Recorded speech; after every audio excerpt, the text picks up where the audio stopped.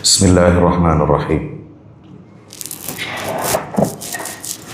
Wa nunazzilu minal Qur'ani ma huwa shifaa'un wa rahmatun lil mu'minin wa la yazidu adh-dhalimina illa khasara. In ahsantum ahsantum li anfusikum wa in asa'tum falaha. Fa idza jaa'a wa'dul akhirati liyasu'u wujuhakum wa liyadkhulul masjida kama dakhaluhu awwala marrah wa liyutabbiru ma 'alaw tatbira. Uhayyikum bi tahiyatil Islam. Assalamualaikum warahmatullahi wabarakatuh. Alhamdulillah wasyukru lillah wala haula wala quwwata illa billah. Tsumma salatu wassalamu ala Rasulillah Muhammad ibn Abdillah wa ala alihi wa ashabihi wa man sara ala hadihi ila yaumil qiyamah. Usi nafsi wa iyyakum bi taqwallah. Ittaqullaha haqqa tuqatih wa la tamutunna illa wa antum muslimun. Alhamdulillah, puja dan puji syukur senantiasa kita panjatkan kehadirat Allah Azza wa Jalla yang telah menggerakkan dan membangunkan kita dalam keadaan sehat walafiat, tidak kurang suatu apapun.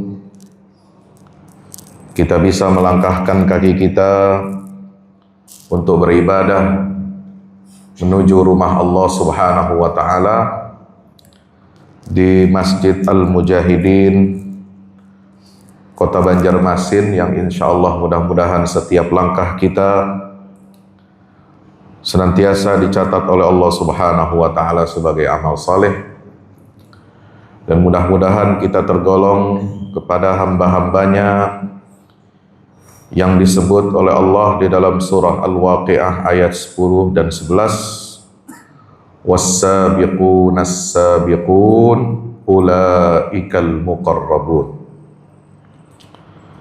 Pesan dari ayat ini adalah bahwa orang-orang yang paling dahulu beriman, orang-orang yang paling dahulu untuk melakukan ketaatan, merekalah orang-orang yang paling dahulu masuk ke dalam surganya Allah. Dan mereka itulah orang-orang yang didekatkan kepada Allah Subhanahu wa Ta'ala. Kita kalau punya koneksi, punya kedekatan dengan pejabat saja bangganya minta ampun. Kita kalau punya kedekatan dengan wali kota, bupati, apalagi gubernur, apalagi sekretaris kabinet, dan kalau bisa menembus ring 1 sampai ke presiden, kalau kita punya koneksi kedekatan, rasanya selesailah semua urusan dunia kita. Bagaimana kalau kita punya kedekatan, koneksi yang hebat dan kuat dengan Allah Subhanahu wa Ta'ala, sang pemilik, pencipta alam semesta, sang pemilik karunia dan rizki yang tidak ada batasnya. Kalau pejabat presiden ada masa kadaluarsanya, mereka berkuasa hanya 5 tahun. Setelah itu ada pemilihan umum, beruntung kalau dipilih lagi, kalau tidak dipilih lagi ya sudah selesai. Semua perangkat yang ada di tubuhnya, fasilitas yang ada besertanya, dan semua kewenangan yang ada pada dirinya, pada hari itu juga langsung copot. Hari itu juga tidak berguna. Yang dulu kita harapkan tanda tangannya, yang dulu kita harapkan surat saktinya, hari ketika terpilih calon penggantinya, hari ketika yang baru terpilih itu dilantik, hari itu juga tidak ada gunanya dan tidak ada artinya tanda tangan itu. Semua kekuasaan manusia ini terbatas dan ada batasnya, tapi kekuasaan dan kekayaan Allah tidak ada batasnya. Maka itu jadilah kita orang-orang yang senantiasa didekatkan kepada Allah, orang-orang yang dirindukan oleh Allah Subhanahu wa ta'ala, orang-orang yang selalu terdepan dalam ketaatan dan keimanan, bukan hanya Yamaha yang terdepan. Ya, banyak yang punya motor Yamaha tapi amalnya tidak terdepan. Punya Yamaha katanya terdepan tapi tidak sampai ke masjid untuk sholat subuh.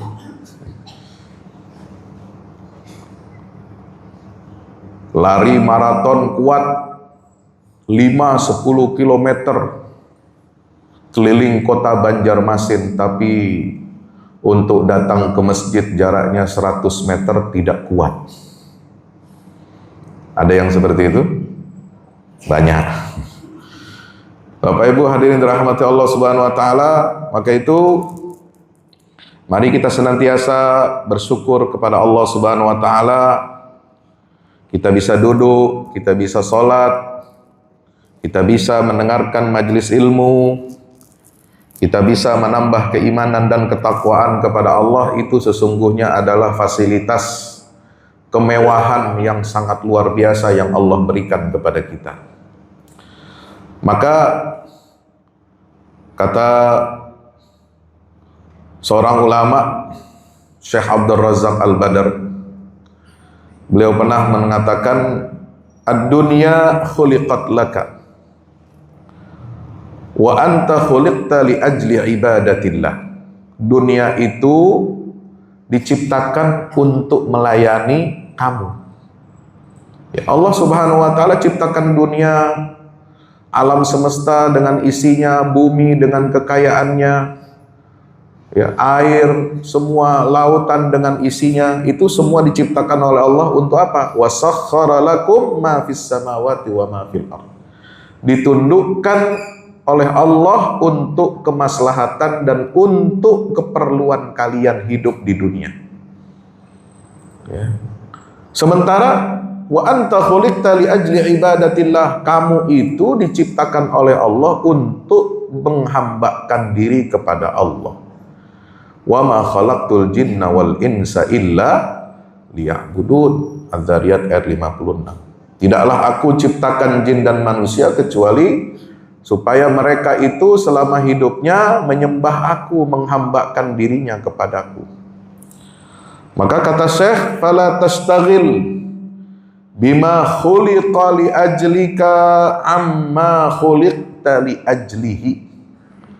Maka jangan sampai kamu sibuk, ya, engkau tersibukkan dengan sesuatu yang diciptakan oleh Allah untuk melayani kamu, sementara kamu tidak sampai dan sibuk dari tujuan utama di mana engkau itu diciptakan, yaitu menghambakan diri kepada Allah.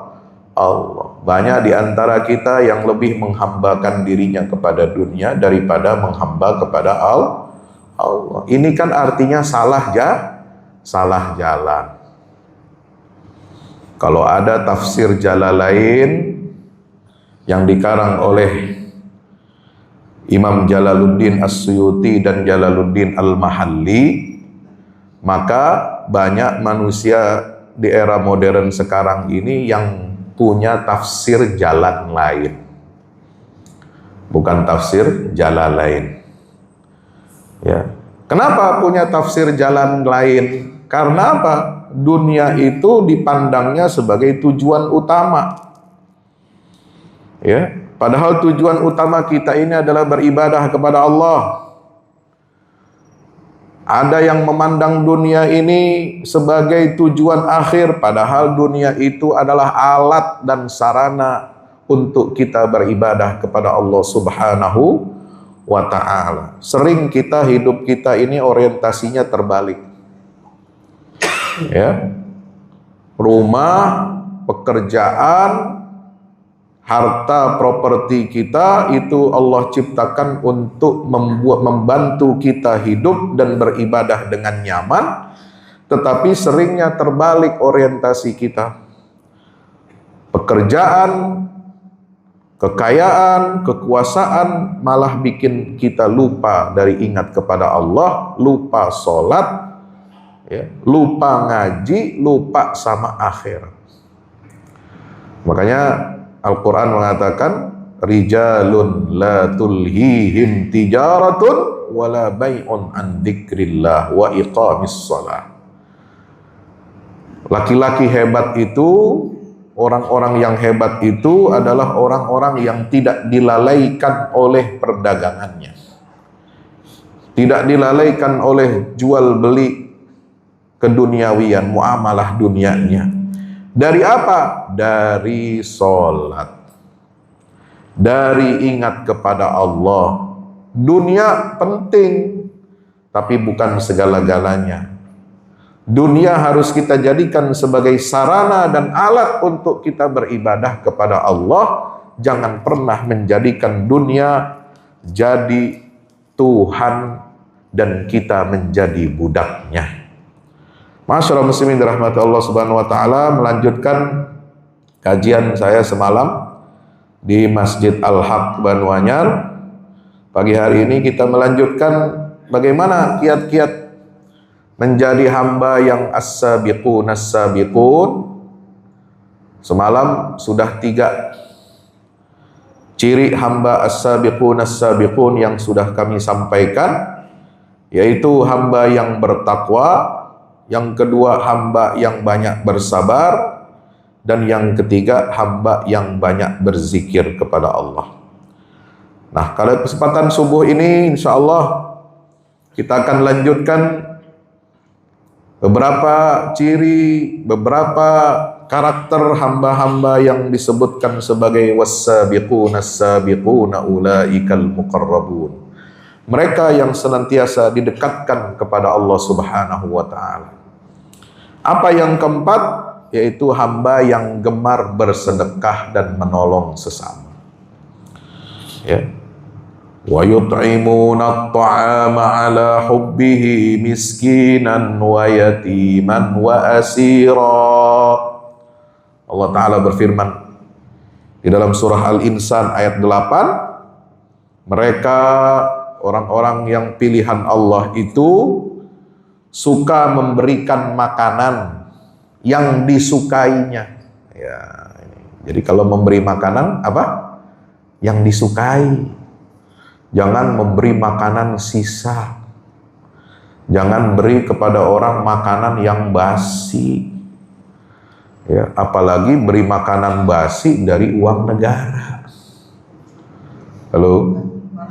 Assalamualaikum. Itu ketawa terbahak-bahak di belakang itu. Berarti punya dapur MBG.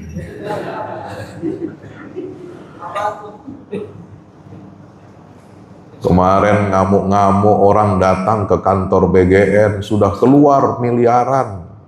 Suatu dapur sudah dibangun 2M, tapi nggak ditunjuk-tunjuk sama pemerintah. Kenapa? Ya karena pimpinannya itu bermain-main itu untuk menunjuk dapur, ya, dijanjikan ternyata janjinya palsu, ya. Janjinya bodong, ya. Ya. Ini masalah mental kita ini. Wa yut'imuna at-ta'ama 'ala hubbihi miskinan wa yatiman wa asira. Udah benar pemerintah punya program memberi makan gratis kepada fakir miskin, anak yatim, dan tawanan seperti di dalam Al-Quran. Konteksnya zaman sekarang, ya buat anak-anak yang memiliki kebutuhan. Karena anak-anak itu ketika masa pertumbuhan itu perlu gizi. Ya, perlu nutrisi yang baik, 4 sehat, 5 sempurna. Tapi ya jangan dikurang-kurangi. Tapi ya jangan ya lebih banyak keuntungannya bagi yang punya dapur. Ya, ambillah keuntungan boleh, tapi ya secukupnya, jangan ya mengurangi kualitas, mengurangi hak-hak fakir miskin, anak-anak sekolah yang itu dijamin dan dilindungi oleh negara kita. Ya. Ini kalau negara sudah mau turun tangan memberikan keuntungan negara itu kepada rakyat banyak, itu betul. Ya, kita puluhan tahun, ya kekayaan negara kita ini entah menguap kemana, ya parkir hasil ekspornya tidak masuk ke Indonesia, tapi parkir di luar negeri, sehingga keuntungannya tidak bisa dirasakan oleh rakyat banyak. Padahal Pasal 33 menyatakan bahwa bumi, air, dan seluruh kekayaan yang terkandung di dalam bumi Indonesia ini itu harus digunakan sebesar-besarnya untuk kemakmuran rakyat. Loh, Pak Ustadz kok kampanye MBG? Bukan kampanye. Kita mendukung yang benar. Kalau ada yang nggak benar, ya kita sikat. Amar ma'ruf nahi mungkar. Ya. Ini usahanya sudah benar, sudah bagus, mau menjadikan ya semua keuntungan kekayaan negara itu bisa dirasakan oleh rakyat, tapi pilihlah orang-orang yang baik, berintegritas, orang-orang yang benar dalam mengatur urusan masyarakat, ya. Jangan pilih bandit-bandit. Ya. Kebijakan benar, tapi kalau yang mengerjakannya bandit, ya jadi nggak benar nanti. Nauzubillah min zalik. Ya. Apa Rasulullah SAW bersabda, khairun nas anfa'uhum linnas. Orang yang paling baik, yang paling dicintai oleh Allah, ahabbun nas indallah anfa'uhum linnas, adalah orang yang paling bermanfaat bagi manusia. Maka salah satu ciri penghuni surga, mereka itu hidup bukan untuk dirinya sendiri saja, tetapi juga semakin banyak masalah orang lain itu selesai karena dirinya, maka semakin besar peluang kita untuk mendapatkan ridha Allah Subhanahu wa ta'ala. Allahu fi aunil abdi. Ini janji Allah. Kata Nabi SAW, Allah itu pasti akan menolong hambanya. Madamal abdu fi auni akhi, selama hamba itu mau menolong saudaranya. Nah, ini hebatnya Islam. Ya, Islam itu bukan kapitalisme, bukan sosialisme, tapi Islam itu mengajarkan apa? Kita harus berbagi. Ya, boleh ambil untung, boleh ada kelebihan, ya, karena ada hasil jerih upaya, ada modal yang kita keluarkan, ada karyawan yang mesti kita gaji, ada listrik, air yang mesti kita bayar, ada tempat yang mesti kita sewa atau kita beli. Boleh ambil untung, boleh. Tapi ya jangan kebangetan, apalagi sampai mencuri hak-haknya rakyat gitu. Ya. Malah mestinya apa? Kita ini yang sudah diberikan amanah titipan dari Allah, berupa kekayaan, berupa kelebihan rizki, mestinya kita malah membantu. Ya, tadinya porsi MBG itu 10.000 per anak, ya, karena kita sudah dapat banyak keuntungan, ya ditambah jatahnya, kualitasnya jadi 12.000. Kan begitu. Jangan setiap dapur itu nanti dikutip, ya udahlah 12.000, nanti dikutip sana sini, buat ini 1.000, buat ini 1.000, ya habis. Ya dapatnya cuma pisang, ya dapatnya cuma kue bolu, ya nggak ada dapatnya ayam. Seperti janji surga, setiap hari potong 9.000 sapi. Mana sapinya yang dipotong? Ya, Itu kalau tipu-tipu itu daripada potong sapi lebih potong lehernya aja itu ya. Bapak Ibu dirahmati Allah Subhanahu wa taala, maka itu kita harus apa? Menjadi hamba Allah yang gemar untuk berbagi, bersedekah. Ya, tidak ada ruginya orang bersedekah dan berbagi itu. Mana qasamalun min sadaqah. Tidak akan pernah berkurang harta itu karena sedekah, nggak ada. Justru yang berkurang harta itu karena kalau kita maksiat. Coba kalau orang maksiat, coba orang kalau nyuri, orang begini, orang ngambil harta haram. Ya, itu yang diambil banyak, yang keluar juga pasti cepat habis. Adalah anaknya sakit, ya. Adalah anunya apa namanya punya miliknya itu kehilangan. Ya, ada kemudian hal-hal yang tidak dia duga, kemudian itu cepat habis dan hilang, dipakai untuk berjudi kalah, dipakai untuk maksiat, kemudian modalnya nggak kembali. Nauzubillah min dzalik. Jadi ibarat kata orang Betawi, ya, uang setan dimakan genderuwo. Gitu. Ya, sering itu orang banyak korupsi tapi cepat habis. Ya, kenapa nggak berkah? Uang panas, namanya juga uang panas. Ya, disentuh aja nggak enak gitu. Tapi kalau uang berkah, uang dapat dari hasil halal, uang dapat dari hasil jerih payah kita, walaupun keuntungannya sedikit, nikmat kita bisa menikmatinya. Bisa haji, bisa umrah, masya Allah. Bisa bersedekah di waktu subuh, masya Allah, udah bahagia. Gitu. Ya. Siapa orang yang punya makanan di pagi harinya, lalu kemudian dia aman dalam hidupnya, maka kata Nabi, dia seolah-olah sudah memiliki dunia dengan seluruh isinya. Itu yang penting. Kita nggak lapar, tapi kita juga bisa berbagi. Insya Allah. Yang kelima, apa karakter as-sabiqun? As-sabiqun adalah hamba yang pandai dan bisa menahan amarah.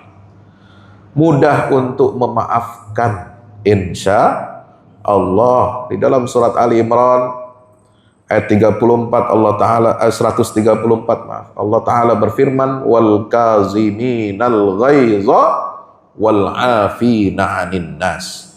Ya. Orang-orang yang akan mendapatkan surga, itu kan ayatnya sebelumnya apa? Wasari'u ila maghfiratin mir rabbikum wa jannatin arduhas samawati wal ardu uiddat lil muttaqin. Ya.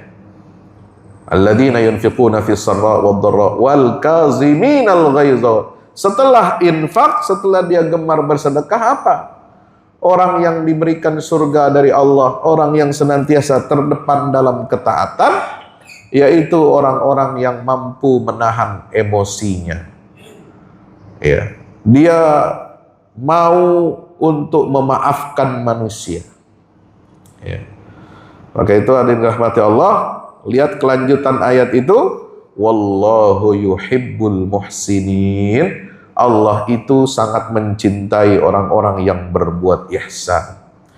Jadi ketika kita menahan amarah, itu sudah berbuat ihsan. Ya. Jangan mudah marah, jangan mudah terpancing marah, jangan mudah terpancing provokasi, ya. Baik di dalam keluarga, ya. Jangan mudah marah kepada istri dan anak kita, ya. Kepada tetangga jangan mudah tersinggung, ya. Walaupun tetangga kita suka bikin kesel, ya kan? Ada tetangga yang nggak suka kita punya dapat nikmat dari Allah, dia bikin masalah, ya. Cemburu, ya. Suka ngata-ngatain, ya. Kita parkir dikit di depan rumahnya udah dilemparin sampah. Pagi-pagi semprot siram tanaman, nah, ditambah lagi siram ke mobil itu orang. Nggak boleh begitu ya. Ya. Walaupun itu di depan rumah kita bukan haknya orang parkir, tapi ya itu kita punya apa? Kita punya tenggang rasa, barangkali ada orang sedang membutuhkan, ada orang sedang tidak punya lahan parkir, ya kita maklumi, nggak usah cari-cari masalah. Hidup itu bawa tenang aja. Ya, bahkan kalau kita berikan itu, ya kita dapat pahala, Pak. Ya, walaupun orang yang parkir itu bukan tetangga kita, bukan saudara kita, ya nggak apa-apa. Kenapa sih? Toh itu juga kan jalanan umum. Ya. Kita beli tanah untuk bangun rumah kan tidak termasuk dengan ya, lahan di depannya itu. Ada pagar kita. Pagar itu kan batas tanah kita.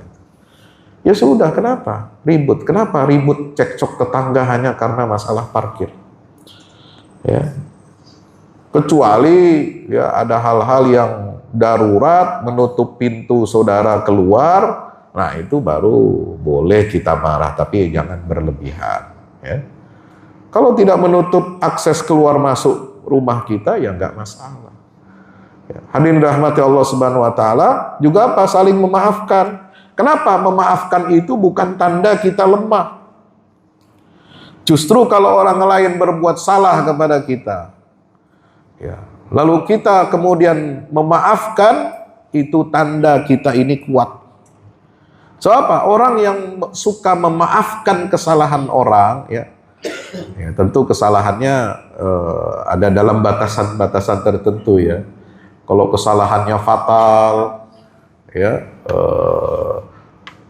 ngambil uang rakyat miliaran, nah itu jangan dimaafkan itu. Ya. Ya. Kalau kesalahannya besar, ya merugikan rakyat banyak, nah itu jangan kita memaafkan. Ya. Oh itu wal'afina anin nas, Pak Ustadz, ya, maafkan saja itu kepala MBG. Ya, maafkan saja koruptor-koruptor itu nanti dulu. Ya.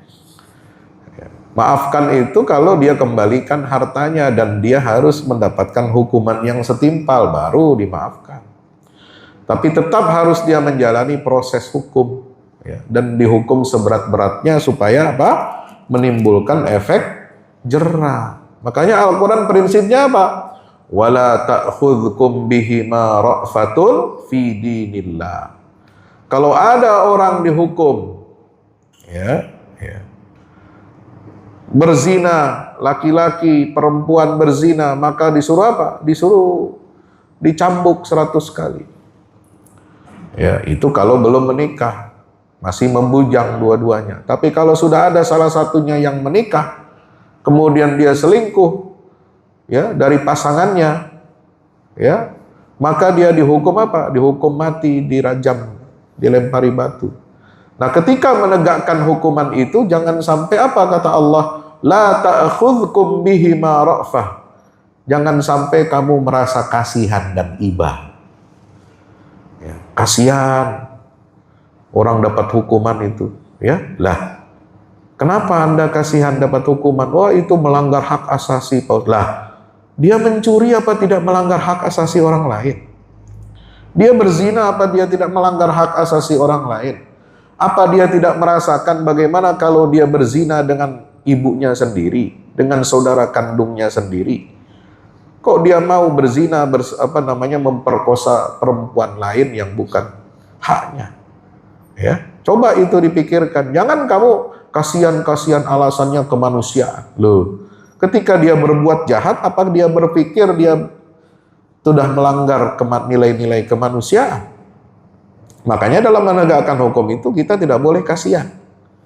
La ta'khudhukum bihima ra'fatun fi dinillah.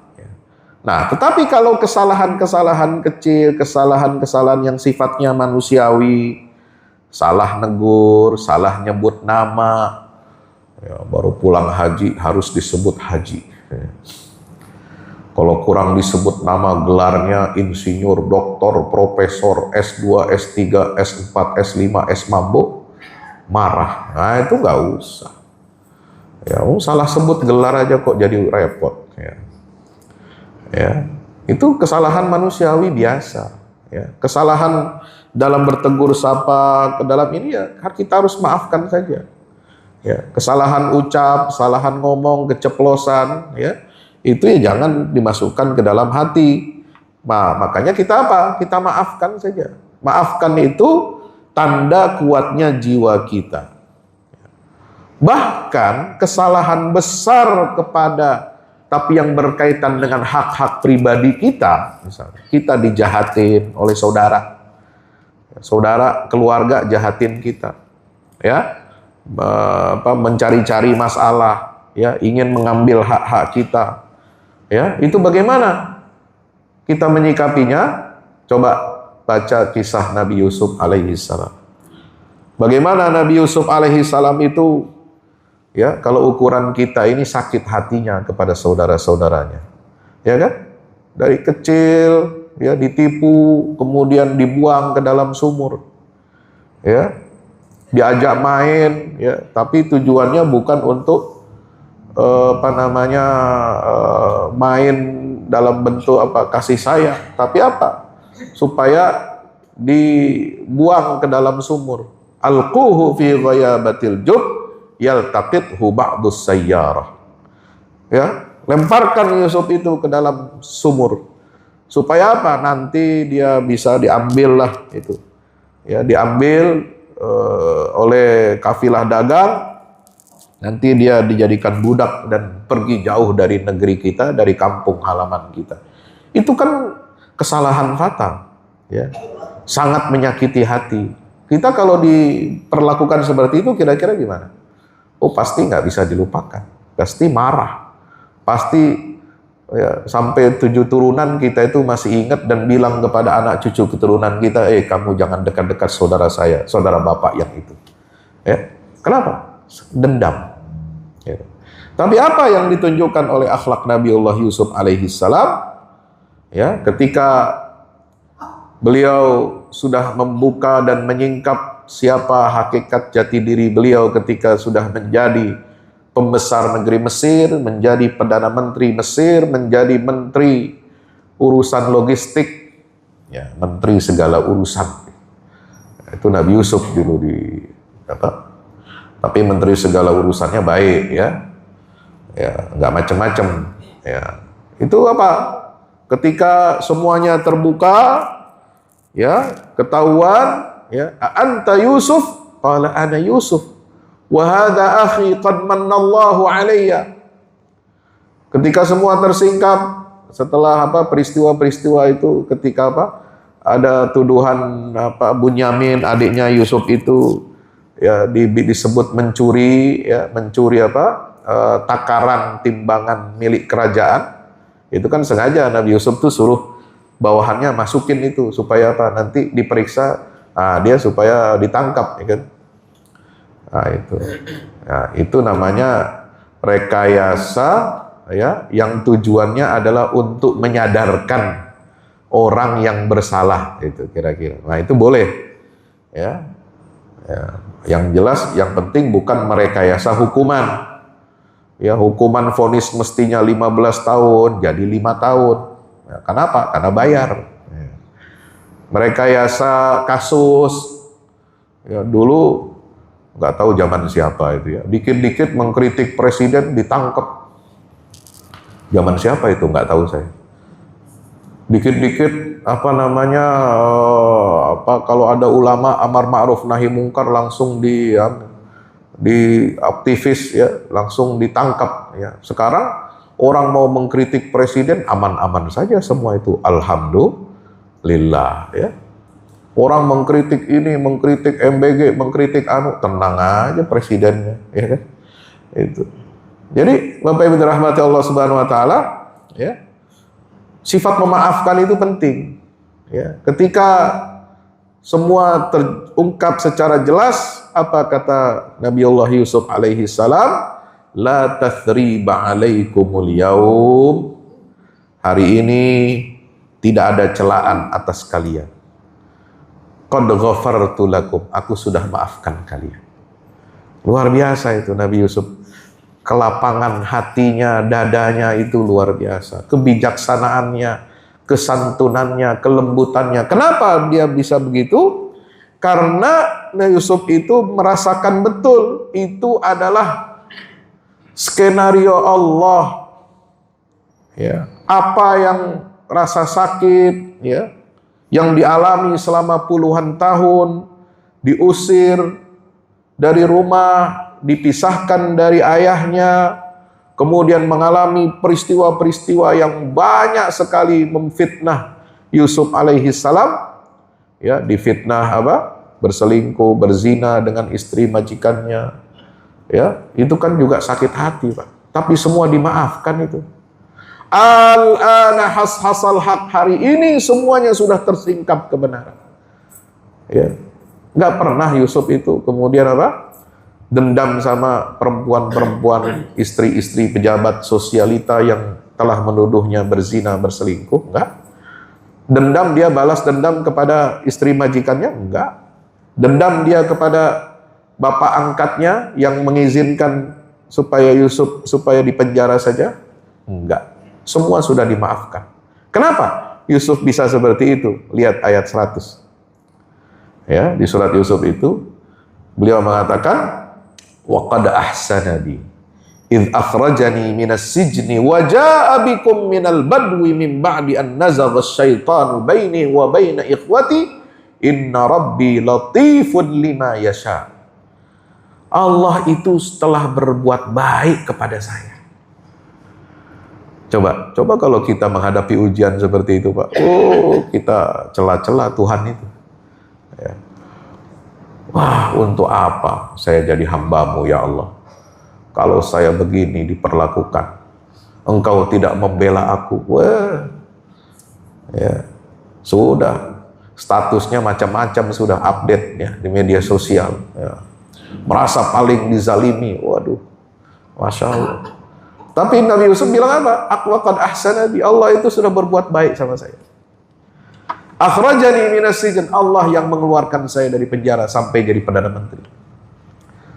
Ya. Wa jaa bikum minal badu, Allah yang menghadirkan kalian saudara-saudara kandungnya Yusuf dari kampung keluar. Kenapa? Karena apa itu?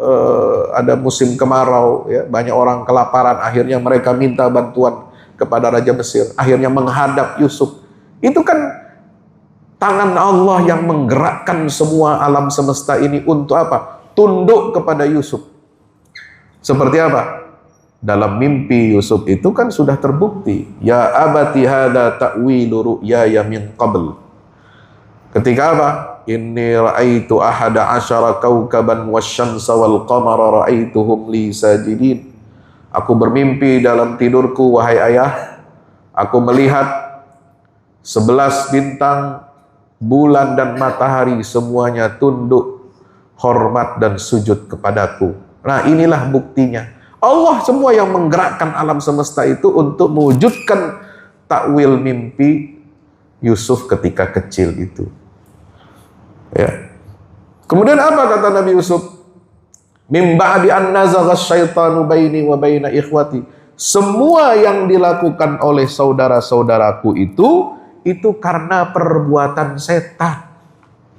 Setanlah yang mengganggu dan merusak hubungan antara aku dan saudaraku. Ya. Jadi Nabi Yusuf nggak menyalahkan saudaranya, ya, nggak membenci saudara-saudaranya secara pribadi, tidak. Tapi yang dibenci itu adalah setannya.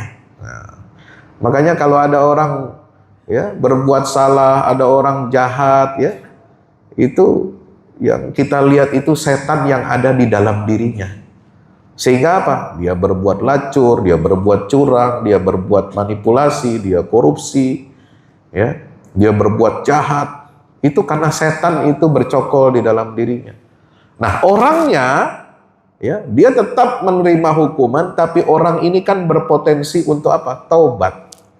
Maka kita harus dekati, kita harus bimbing dia ke jalan yang benar. Ya, nggak masalah, ya. Jangan kita vonis semua orang yang sudah dipenjara, yang yang divonis jadi sebagai koruptor itu lalu kemudian dia salah sampai matinya. Enggak. Bisa jadi dia bertobat. Insya Allah. Mudah-mudahan dia bisa bertobat kepada Allah. Mudah-mudahan dia kembali ke jalan yang lurus. Dia telah menunaikan hukuman yang diberikan. Lalu kemudian dia kembalikan hak-haknya orang lain, ya, kemudian dia jadi orang benar, bisa nggak? Bisa. Bisa masuk surga? Bisa kalau Allah sudah terima taubatnya. Makanya yang kita pandang itu apa? Keburukan orang itu kita lihat itu setannya yang ada dalam dirinya, bukan orangnya itu sendiri. Makanya kita apa? Mudah untuk memaafkan. Kenapa? Manusia ini kan lemah di hadapan godaan setan. Ya. Kalau ada orang berbuat salah kepada kita, khilaf kepada kita, ya sudah, itu karena perbuatan setan. Orangnya ya sudahlah, kita maafkan saja. Insya Allah. Yang keenam, Bapak Ibu yang dirahmati Allah, terakhir ya, karena waktunya sebentar lagi syuruh. Ya, as-sabiqun ini ya karakternya adalah hamba yang berbakti kepada kedua orang tua. Ya, sebab apa? Allah Subhanahu Wa Taala menggandengkan, ya, senantiasa mengiringi antara tauhid, bakti kita kepada Allah dengan bertauhid dan beribadah kepada Allah dengan bakti kepada kedua orang tua. Ya, jelas ayatnya. Di surat Al-Isra ayat 23 Allah Ta'ala berfirman, "Wa qadha rabbuka alla ta'budu illa iyyahu wa bil walidaini ihsan." Allah telah menetapkan. Ini jadi sunnatullah. Ketetapan Allah itu kan sunnatullah. Hukum yang tidak bisa berubah. Allah ta'budu illa iya. Jangan kamu menyembah kecuali hanya kepada Allah. Wabil walidaini ihsana. Nomor 2 langsung apa? Dan manusia itu diwajibkan untuk berbakti, berbuat baik kepada dua orang tuanya. Subhanallah. Jadi martabat kedudukan orang tua itu bagi seorang muslim itu nomor 2 setelah Allah langsung. Taat kepada Allah nomor 1, taat kepada orang tua nomor 2. Ini luar biasa itu jadi orang tua. Dan alhamdulillah manusia ini semuanya jadi orang tua kan? Iya, dulu jadi anak-anak, kita dulu jadi anak-anak. Ketika orang tua kita wafat, kita jadi orang tua. Ya, kita berkeluarga, punya anak, ya kita jadi orang tua.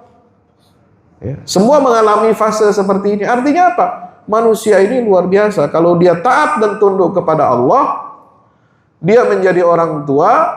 Ya, orang tua itu membimbing anak-anaknya menjadi anak yang berbakti kepada Allah. Maka kewajiban anak itu adalah harus berbakti, berbuat baik kepada kedua orang tuanya. Ridallah fi ridal walidain. Dalam sabda Nabi SAW, keridhaan Allah itu ada bersama keridhaan kedua orang tua. Wa suhtullah fi suhtil walidain. Dan murkanya Allah itu bersama kemurkaan dua orang tua kita. Kenapa?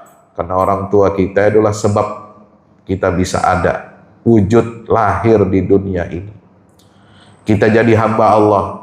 Kita jadi manusia yang dimuliakan oleh Allah. Sebab apa? Karena ada orang tua kita. Gak mungkin ada manusia tiba-tiba ada lahir tanpa orang tua. Ya, harus ada. Ya, nah, makanya keberadaan orang tua kita ini itu harus disyukuri. Ya, makanya keberadaan anak itu lahir harus betul-betul dijaga fitrahnya. Ya, dengan cara bagaimana? Pernikahan yang halal dan sah sesuai syariat. Jangan anak sampai lahir, ya, kemudian lahir itu karena di luar pernikahan. Itu berarti apa? Kita durhaka kepada anak ini. Ya, anak ini nanti apa? Sulit ya mendapatkan akses hak-hak perwalian, hak-hak saling mewarisi itu hilang. Kenapa? Gara-gara lahir bukan karena ikatan perkawinan, lahir karena MBA, married by accident. Ya, kawinnya itu karena celaka. Ya, baru menikah setelah hamil, setelah berhubungan di luar nikah. Itu bahaya. Ya. Memang ada ayah biologisnya ada, tetapi dia tidak menjadi wali bagi anak tersebut. hak perwaliannya nggak ada, dicabut oleh Allah, oleh syariat. Hak mewarisi tidak ada, ya. Hak sosialnya juga. Maka itu diganti oleh syariat Islam dengan apa? Dengan wasiat wajibah. Nah itu. Kenapa? Tidak ada hak perwalian itu sebagai hukuman dari syariat. Kamu kalau mau bikin anak, ya bikin sesuai dengan akad dari Allah. Nggak boleh di luar akad dari Allah kamu enak-enak ya menggampangkan diri untuk bikin anak. Nggak boleh. Ya, tetapi anak itu harus di bawah, ya kalau dia anak itu lahir di luar nikah, itu dia menjadi anaknya negara, wali hakim. Ya, kalau dia menikah harus pakai wali negara, wali hakim. Ya, nanti jangan sampai ada orang-orang tua ya keliru ya, dulu mungkin salah jalan masih mudanya, pergaulannya bebas, kemudian menghamili anak orang lain, baru kemudian dia nikahi. Nah hati-hati nanti, kalaupun dia sudah jadi bapak, ya bukan hanya bapak biologis, tapi sudah jadi bapak dengan menikahi ibunya, ibu kandungnya. Nah, itu tetap itu hukum anak itu, kalau perempuan tidak boleh dia menjadi wali dalam pernikahan. Dan saudara harus jujur kepada anak. Ya, jujur dong, jangan malu. Oh Pak Ustadz, nanti anak saya kecewa, nanti dia marah gara-gara tahu saya bukan jadi walinya. Lah dulu kenapa waktu bikin anak kamu nggak ikuti syariat? Gitu. Sekarang kok malu karena inilah. Mestinya kamu malu karena Allah, bukan karena anak kamu protes. Ya, makanya harus hati-hati. Sering ada banyak kasus seperti ini di tengah masyarakat, ditutup-tutupi. Kenapa? Takut aib, malu. Nggak boleh seperti itu. Kita harus terbuka kepada anak. Kita pahamkan anak. Ya, bapakmu ini, ya benar bapak biologis, tapi bapak nggak punya hak perwalian. Kenapa? Karena bapak dapat hukuman dari syariat. Itu, Anda harus terbuka. Makanya, mari kita taat kepada syariat Allah. Orang yang taat kepada syariat Allah itu hidupnya enak, lempeng, lurus, tenang, nyaman hidupnya. Insya Allah. Ya. Maka siapa orang yang tidak tahu berterima kasih kepada sebab yang dekat, maka sulit bagi dia akan bisa bersyukur kepada sebab yang jauh, yaitu Allah Subhanahu wa Ta'ala. Makanya kita aniskurli wali walidaika. Ya, Allah perintahkan bersyukurlah kepadaku dan bersyukurlah terima kasih kepada kedua orang tua kamu. Insya Allah. Demikian Bapak Ibu dirahmati Allah Subhanahu wa Ta'ala, ya kajian subuh ini yang singkat, mudah-mudahan bermanfaat, menjadi peringatan buat kita. Wa dzakir fa inna dzikra tanfa'ul mu'minin. Insyaallah nanti kajiannya akan kita lanjutkan nanti ba'da maghrib di masjid apa ini saya lupa, di Banjarbaru kalau tidak salah ya. Agak jauh ini dari sini. Ya mudah-mudahan nanti bisa mengikuti melalui rekamannya. Nanti bisa disimak melalui YouTube saya. Ya, jangan lupa like, share, dan subscribe. Terima kasih. Nasrullah minallah fatun qarib wa basyiril mu'minin. Wassalamualaikum warahmatullahi wabarakatuh. Segera hadir buku terbaru dari Ustadz Fahmi Salim. Haji dari Pemurnian Misi Kenabian ke Revolusi Kebangkitan. Buku ini berisikan 336 halaman yang merupakan sebuah karya reflektif yang mengajak para pembaca menelusuri makna haji lebih dalam dari sekedar ritual tahunan. Buku ini menghadirkan perspektif spiritual, historis, dan peradaban yang menggambarkan ibadah haji sebagai momentum pemurnian jiwa, sekaligus titik awal kebangkitan umat. Melalui bahasa yang mengalir dan analisis yang tajam, pembaca diajak untuk memahami hakikat haji sebagai perjalanan menuju Allah. Selain itu, pembaca juga diajak untuk menilai persatuan dan kesetaraan dalam beribadah. Dimensi sosial dan peradaban dari manasik haji sampai peran haji dalam menjaga warisan kenabian hingga spirit kebangkitan umat dalam bingkai tauhid. Buku ini lebih dari sekedar buku religi. Ini adalah ajakan untuk melihat ibadah haji sebagai gerakan transformasi diri dan gerakan keumatan. Segera hadir di toko buku favorit Anda dan jangan lewatkan kesempatan untuk menjadi bagian dari perjalanan bermakna ini. Untuk pemesanan, hubungi nomor berikut ini atau klik link di bawah ini. Assalamualaikum warahmatullahi wabarakatuh. Yang terbaru dari Al-Fahmu Institute, buku petunjuk manusia pilihan, karya Ustadz Fahmi Salim. Dari keseluruhan jumlah ayat-ayat Al-Quran, sekitar sepertiganya adalah berupa kisah-kisah. Hal ini menjadi dalil yang sangat jelas tentang pentingnya sebuah kisah. Andaikan kisah ini tidak penting, tidak mungkin menempati porsi yang banyak di dalam Al-Quran ini. Kisah Al-Quran mempunyai keistimewaan yang membedakan dengan kisah-kisah lainnya, seperti kisah sejarah ataupun fiksi. Sesungguhnya, kisah-kisah Al-Quran sumbernya adalah Al-Quran itu sendiri. Kisah Al-Quran adalah kisah yang mempunyai target, yaitu target agama dan akhlak. Sesungguhnya sumber yang menjadi rujukan asal kejadian-kejadian di dalam kisah-kisah Al-Quran dan para tokohnya adalah berasal dari alam dunia dan sejarahnya.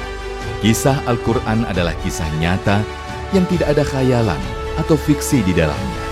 Tidak ada kepalsuan dan tidak ada mitos, serta tidak ada kode tertentu.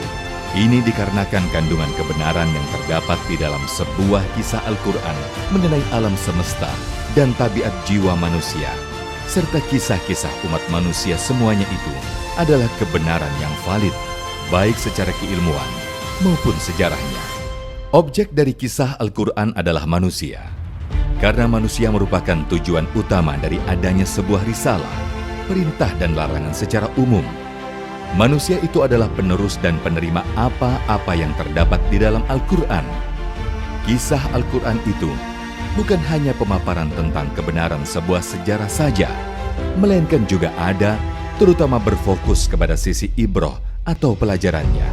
Sungguh, Al-Quran diakui tidak hanya mukjizat dari segi sumber keilahiannya atau sisi kesastraannya yang indah, informasi ilmiah sainsnya yang tepat, informasi kabar gaib terdahulu dan yang akan datang, dan aspek syariatnya saja. Mukjizat Al-Quran juga berupa solusi-solusi praktis masalah kehidupan, seperti tergambarkan dalam kisah-kisah petunjuk manusia pilihan yang menjadi utusan-utusan Allah. Petunjuk manusia pilihan sudah seharusnya menjadi pemandu dan penerang jalan agar Indonesia dan dunia keseluruhan segera terentaskan keluar dari berbagai kegelapan hidup menuju cahaya peradaban yang unggul gemilang, bersendikan tauhid yang kokoh sepanjang masa.